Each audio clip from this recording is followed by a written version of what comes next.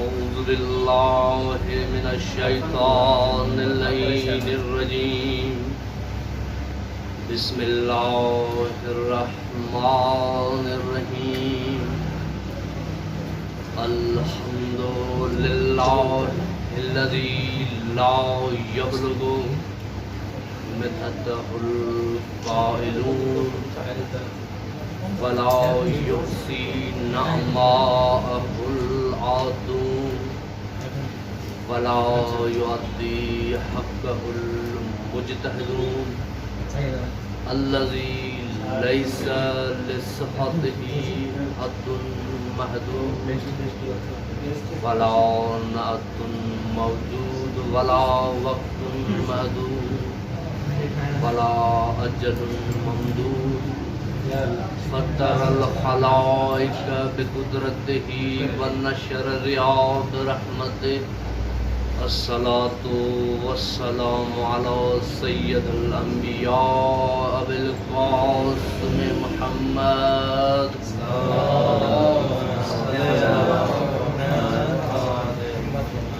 وآله الطيبين الطاهرين المعصومين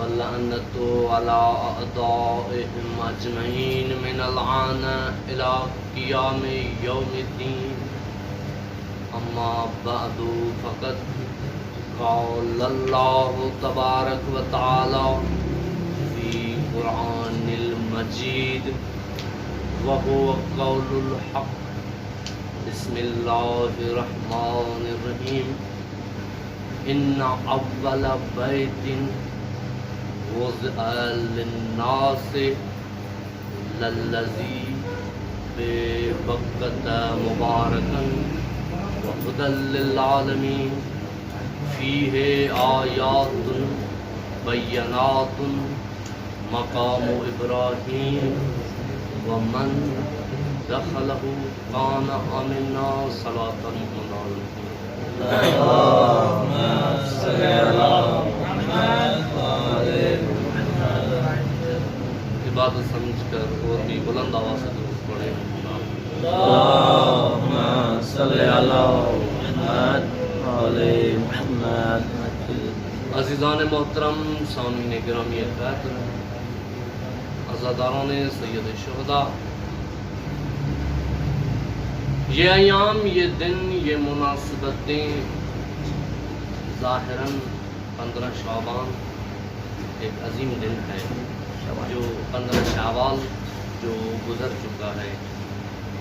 بہرحال یہ پروردگار کی عنایت لطف ہے کہ اللہ نے توفیق دی کہ ہم اللہ کے ولیوں کا ذکر کر سکیں۔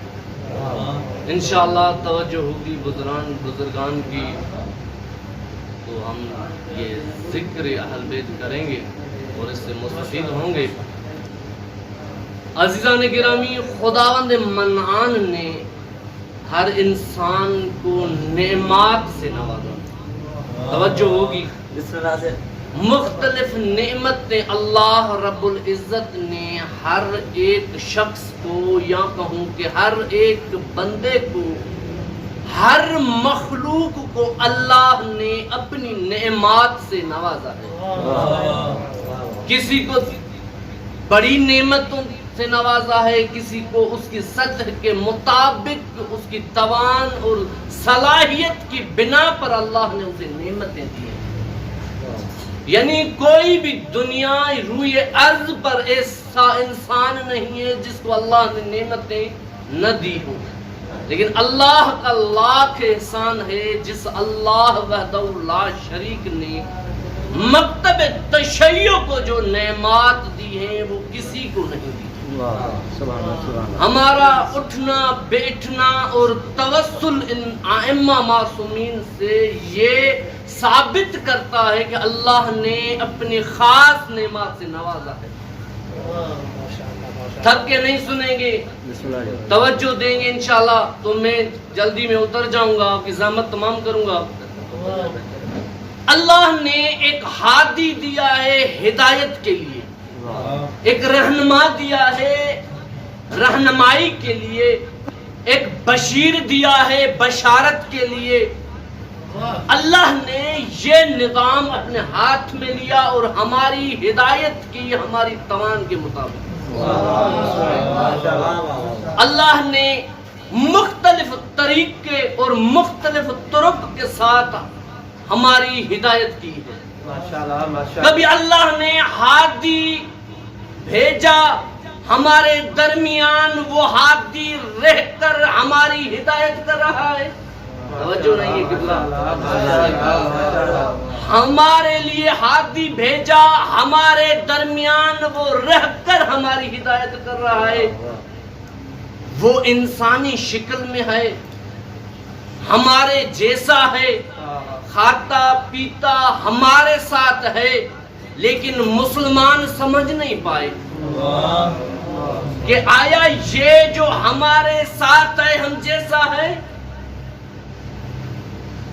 کیا یہ ہادی ہے یا ہم جیسے ہی ہے. لیکن اللہ نے ہادی بھیجا، کہا کہ تمہارے درمیان یہ رہ کر تمہاری ہدایت کرے گا. ایسا نہ سمجھنا کہ یہ تمہارے جیسا ہی ہے، ہدایت لیتا رہے گا تم سے. نہیں، یہ میری طرف سے آیا ہے ہدایت لے کے آپ کی طرف. تو کبھی اللہ نے کچھ مکانات، کچھ زمان، کچھ ایسی راتیں اور ایسے دن، ایسے ایام بھی ہدایت کے لیے بھیجے ہیں.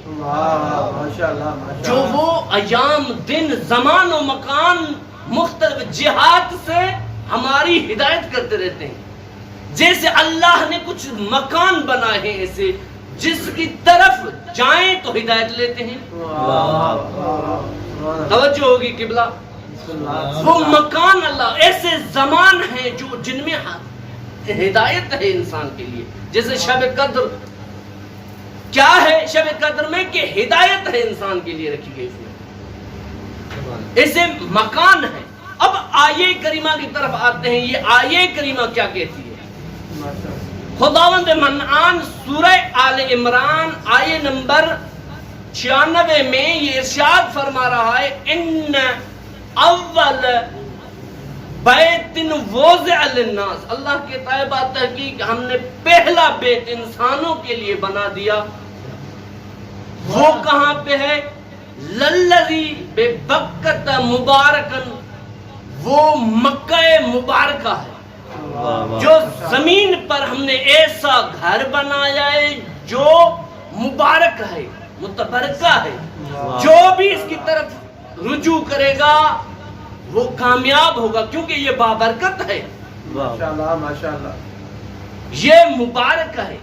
اور آگے ارشاد وَهُدًى لِلْعَالَمِينَ، وہ یہ بیت ہمارا ہدایت کرتا ہے عالمین. اب اعتراض کرنے والے کہتے ہیں کہ یہ کیسے ہدایت کرے گا جو خود بیت ہے؟ یا یہ ہادی جو آئمہ ہیں ان کے اشکال کرتے ہیں سلفی گری یا وہابی یا دیوبندی جو یہ عقائد ابن تیمیہ رکھتے ہیں، ان کی یہ نظریات ہیں کہ یہ ہدایت نہیں کر سکتے.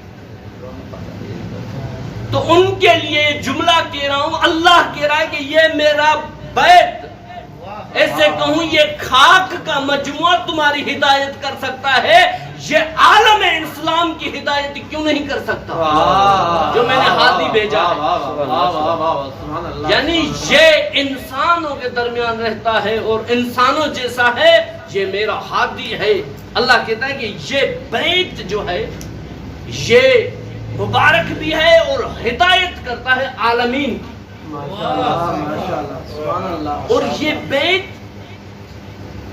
اس میں ایک تو یہ عالمین کی ہدایت کرتا ہے، ہدایت اس کے ہاتھ میں ہے.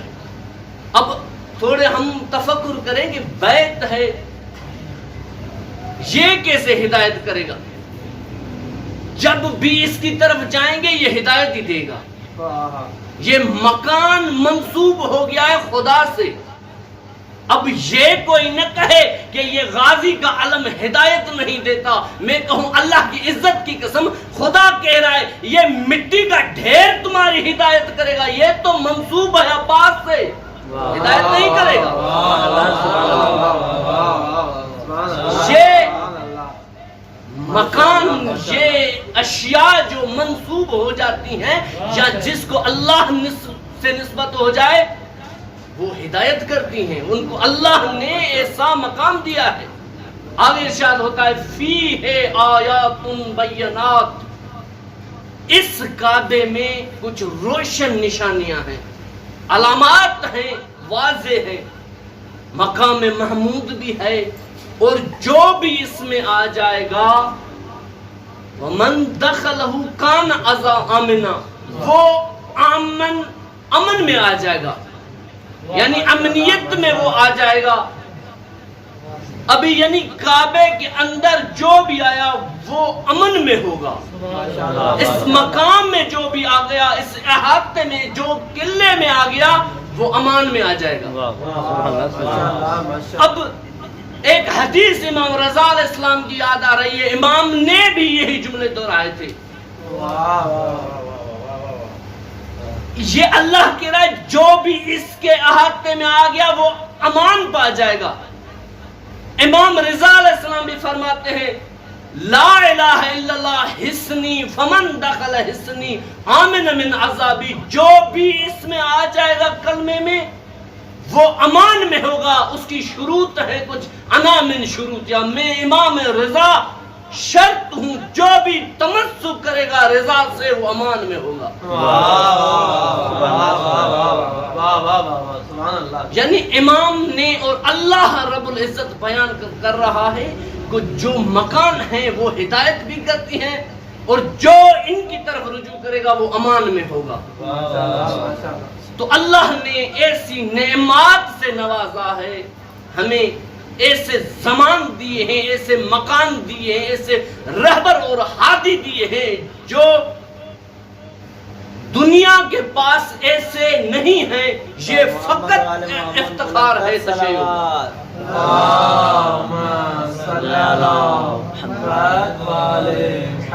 بہرحال 15 شوال کا جو دن گزرا ہے یہ عظیم دن تھا، اس میں ایسے شاہکار، ایسے با افتخار شخص یا شخصیات اس دن پہ اس دنیا سے جاتی ہیں جن کا تاریخ اسلام پر بڑا احسان ہے۔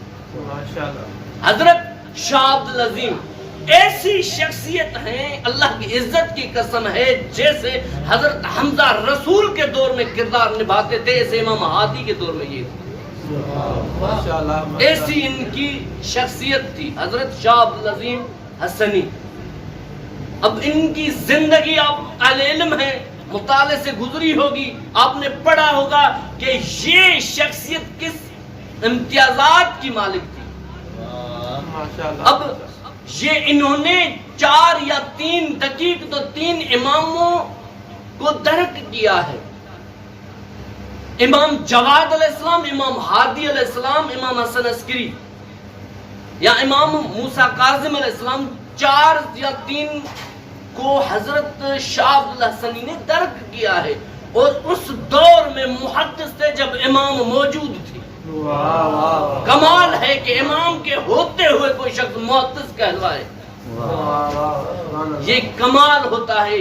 اب اس کی شخصیت اتنی بن کے سنور کر آ گئی تھی کہ امام نے کہا انت ولینا حقا، تم ہمارے حقیقی ولی ہو۔ امام کے جملے ہیں، کوئی ایسا عام انسان نہیں بول رہا، امام بول رہے ہیں کہ تم انت ولینا حقا، تم ہمارے حقیقی ولی ہو۔ یعنی ہماری طرف سے جہاں پہ بھی جاؤ گے تم حق ہی بیان کرو گے، گویا جیسے ہم بیان کر رہے ہیں۔ یہ حضرت شاہ عبد العظیم حسنی امام حسن علیہ السلام کی نسل میں سے ہیں، 4 واسطے ہیں بیچ میں، ڈائریکٹ امام حسن کے نسل سے مربط ہو جاتے ہیں، مرتبط ہو جاتے ہیں۔ اب حضرت شاہ عبد العظیم حسنی نے واقعاً علمی سطح پر ایسا مقام بنایا کہ اس معیار پر پہنچ گئے کہ امام نے فرمایا کہ ہمارے حقیقی ولی تم ہو۔ ہماری طرف سے جہاں پر امام نے خود ان کو وکیل مقرر کیا، کیا. اور یہ مدینے میں تھے. امام ہادی علیہ السلام جب سامرا جاتے ہیں تو یہ محبت امام میں مدینے سے سفر کرتے ہیں سامرا کی طرف. عشق امام میں وہاں پہ جاتے ہیں. حالات عباسیوں نے تنگ کر دیے تھے اہل بیت کے اوپر، لیکن امام نے جب دیکھا کہ حالات تنگ ہو گئے ہیں تو شاہ عبد العظیم کو حکم دیا کہ آپ رے چلے جاؤ، ایران چلے جاؤ. تو یہ شاہ عبد العظیم یہاں پر آ جاتے ہیں اور یہاں پر ان کی وفات ہو جاتی ہے. بہت عظیم شخصیت ہیں یہ. اتنا مقام کوئی عام انسان حاصل نہیں کر سکتا. ایک شخص ہے، توجہ کریں، میں اس واقعے کو انشاءاللہ ختم کرتا ہوں، آپ کی نماز تمام ہوگی. بسم اللہ بسم اللہ. حضرت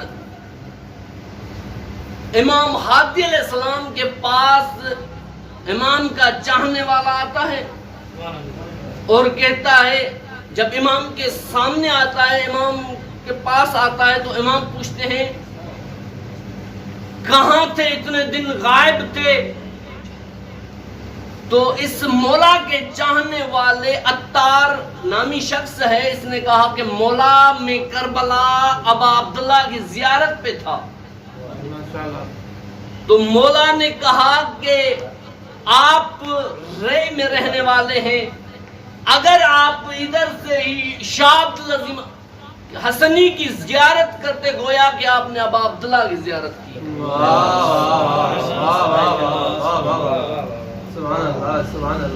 آپ نے شاہ عبد العظیم حسنی کی رے میں منظارنی، شاہ عبد العظیم بالرے کمنظارنی ابا عبداللہ. یعنی یہ مقام ایسے نہیں ملتا، جب اس کمال معرفت امام کو پہچاننا پڑتا ہے تب یہ مقام ملتا ہے. اب اس نے امام کے اس معرفت والے اس کمال کو پہچانا تو اللہ نے یہ عزت دے دی کہ زیارت ابا عبداللہ زیارت شاہ عبد العظیم حسنی جیسی ہو گئی. یہ کمال ہے معرفت کا. بس عزیزان گرامی، چند منٹ مصاحب کے عظیم شخصیات ہیں جنہوں نے اسلام پر قربانیاں دی ہیں. ہر ایک نے اپنی توان کے مطابق قربانی دی ہے. جمعے کا دن ہے، آئیں مل کر توسل کرتے ہیں چند منٹ وقت کے امام کی بارگاہ میں. جو امام پردہ غیب میں خون کے آنسو رو رہا ہے. میں نے کہا نا، وقت کے ساتھ ہر کسی نے اپنی توانائی کے مطابق جو ہے وہ محنت کی ہے اور اس اسلام کی حفاظت کی ہے. بس عزاداران سید الشہداء، لیکن عاشورہ آئیں اور کربلا کو دیکھیں کہ ایک 6 ماہ کا ننھا معصوم اور صغیر ہے، اس نے کیسی قربانی دی ہے.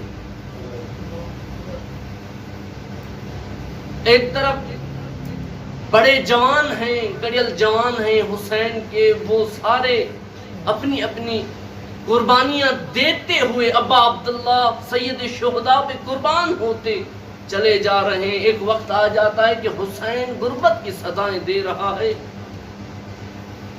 کوئی حامی اور ناصر نہیں ہے حسین کا.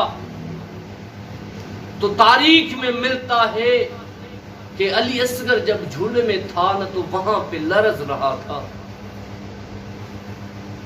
تو ایک بار امام آ جاتے ہیں خیام میں اور بیوی کہتی ہے کہ ابا عبداللہ آپ چلے جا رہے ہیں، آپ کی غربت کی صدائیں بلند ہو رہی ہیں، یہ ننھا سا معصوم ہے، تڑپ رہا ہے آپ کی غربت پہ، ایک بار اس کو پانی کا ایک قطرہ پلا کے آئیں. ابا عبداللہ سید الشہداء نے اپنی بہن کو کہا، اے بہن اصغر کو لے کر آؤ، میں اسے سیراب کر کے آتا ہوں. بس عزاداران سید شہداء جیسے ہی زینب عالیہ نے وہ 6 ماہ کا معصوم سید شہداء کے ہاتھوں میں دیا، حسین نے یہ چھوٹا معصوم بچہ اپنے ہاتھوں میں لیا اور مقتل کی طرف چلے گئے۔ عزاداروں، روایات میں ملتا ہے کہ سید شہداء لشکر اشقیاء کے سامنے آ کے کھڑتے ہیں اور کہتے ہیں کہ ایک قوم اشقیاء ایک قطرہ پانی کا دے دو اس معصوم کے لیے۔ وہ کہتے ہیں کہ سید شہداء ابا عبداللہ آپ کو پیاس لگی ہے اور بہانہ کر رہے ہو اس معصوم کا۔ بس عزاداران سید شہداء ایک وقت آ جاتا ہے کہ وہ ملعون شمر حرملہ کو حکم کرتا ہے اتق کلام الحسین، حسین کا کلام قط کرو۔ بس عزاداران سید شہداء وہ ملعون حرملہ جو بڑا ظالم تھا، اس نے تیر کو کمان میں لیا، ایک بار نشانہ کیا علی اصغر کے گلے کا، تیر اس کا روایات میں ملتا ہے کہ گر گیا۔ دوسری بار اٹھاتا ہے، تیسری بار شمر پوچھتا ہے کیا ہو گیا حرملہ، اس معصوم کو نہیں مار رہے؟ تو حرملہ کہتا ہے ایک بی بی ہے وہ در خیمہ پر، وہ کہہ رہی ہے کہ میرے ننھے اصغر کا کیا قصور ہے۔ عزاداران سید شہداء بس اس ملعون نے 6 شعبہ تیر کمان سے نکالا علی اصغر کی طرف۔ وہ تیر تھا جو حیوانات کو مارا جاتا تھا، دوڑتے ہوئے گھوڑوں کو مارا جاتا تھا۔ کیا علی اصغر کا جسم اور کیا تیر تھا۔ روایات کہتی ہیں کہ جہاں پہ تیر گیا وہاں علی اصغر گئے، لیکن بعض روایات میں ملتا ہے کہ علی اصغر کا گلا اور یہ کلیجہ ٹوٹ گیا۔ عزاداران سید شہداء امام نے علی اصغر کے خون کو آسمان کی طرف پھینکا اور کہا اللہ اس قربانی کو قبول کرنا، اللہ گواہ رہنا۔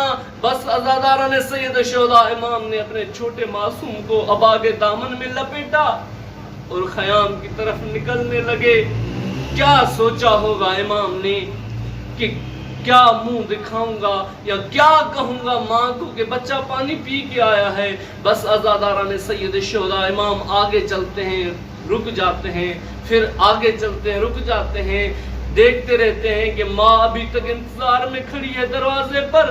امام نے وہاں پر ہی ایک چھوٹی سی قبر کھودی اور علی اصغر کو وہاں پہ ہی سپرد خاک کر دیا۔ اللہ لعنت اللہ علیہ